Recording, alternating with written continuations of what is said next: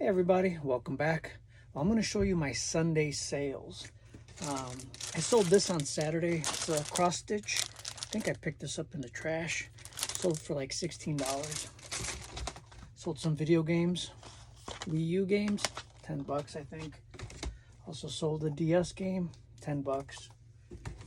I sold a Frisbee, lights up, glows in the dark, 20 bucks shipped. I also sold another one of these pops from Elf.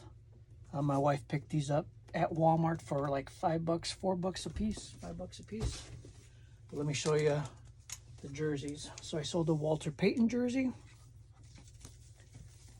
Nice. Sold a Duke basketball jersey. Also sold a vintage Guess tank top. Sold a Greg Norman polo.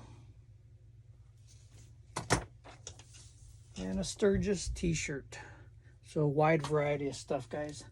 I hope your sales were good. Thanks for watching. I'll see you guys next time. Peace.